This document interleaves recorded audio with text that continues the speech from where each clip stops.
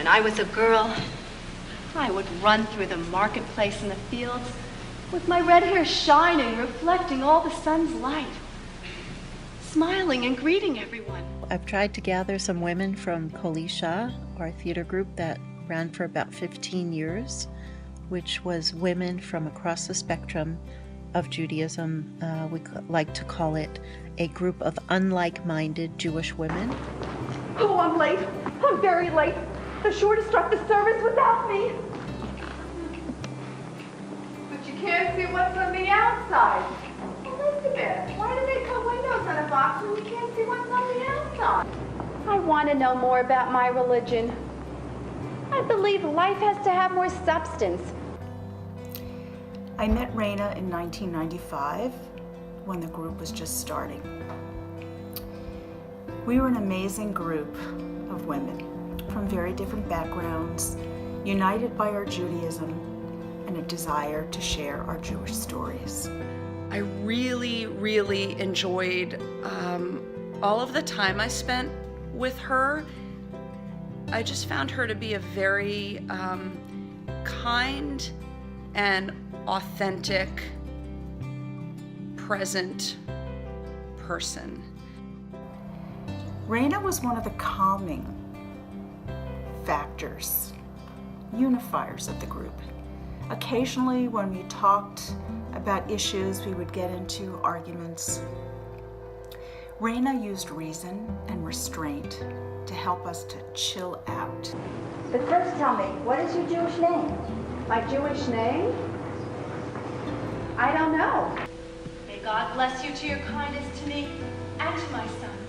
May God grant you rest in the home of a new husband. Figs, olives, bread. Oh, that was wonderful. Where did you get this? And she was just a lot of fun to play with, to work with, to be friends with. I feel like I'm in the dark about a lot of things. I want to know the meaning to everything. Well then, I was just about to make the bread for the Sabbath. Oh, I remember it was about 20 years ago when I first got introduced to Orthodox Judaism. I was dating this man, Ted. We were going steady for about a year when finally he told me about his ultra-Orthodox brother who was part of the Lubavitch movement. I am very happy that I was part of that group and had the opportunity to get to work with and play with Rayna over those years, and I think extremely fondly of her and that special time in our lives together. I didn't realize this till now, but perhaps Rayna served as a beautiful role model of a mother for the group. When Rayna was present, I always wanted to be my best self, speaking truth, being kind, and working hard. Thank you, Rayna, for being part of my life, for being part of all of our lives, and for playing with us. And I feel really grateful that I got to play with you.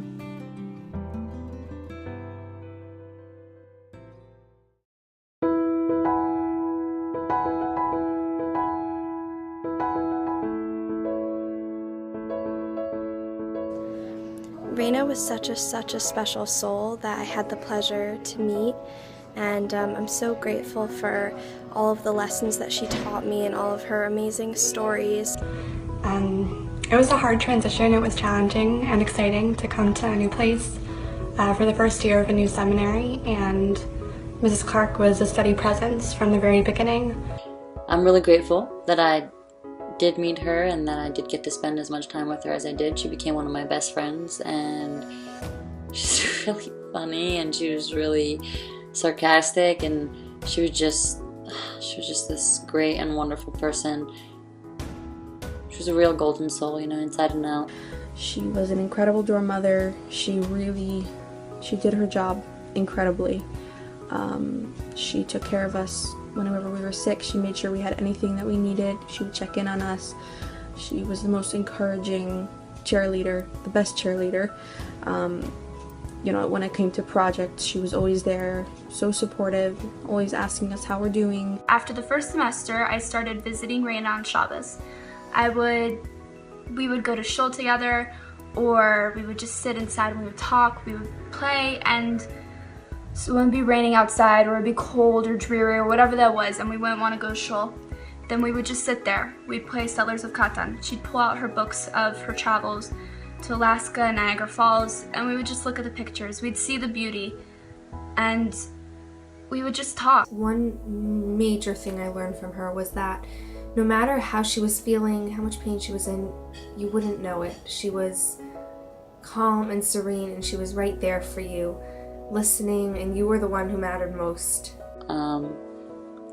This little tchotchke is something that she gave me. She really loved tchotchkes. Like, her house was full of them, and like each one of them had a special meaning to her, and she would tell you these facts about like how ladybugs gave you good luck. And when I found out that I'd gotten into Stern and I was deciding that's where I would go after Tzohar, Mrs. Clark was so supportive and told me all about her experiences at Stern and the specific professors and her experience with the rabbi giving his approval and encouraging her to go to Stern. And she was a huge part of that decision-making process and a huge support to me during that time and that transition as well. She always made sure that we didn't go out of the building without, proper coats and whatever if it was cold outside. So one night I was leaving the building and I didn't realize how cold it had gotten since the morning, and I guess I only had a small jacket or something, and she asked if that's all I was wearing, and I said, yeah, it's fine. I'll be okay walking home. I'll just walk home fast. And she told me to wait, and she ran to the other room and got me a pair of gloves, and I said, you can't give these to me, you need them for the walk home. And she said, don't worry, just take them.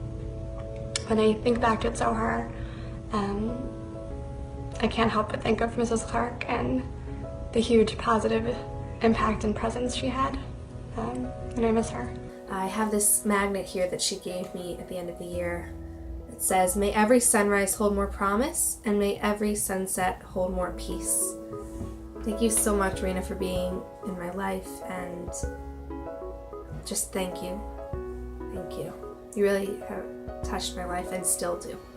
And I am incredibly grateful for the fact that she was in my life and that she became a part of my family, and she's going to be part of my family for as long as I'm alive, and I'm just grateful for her presence.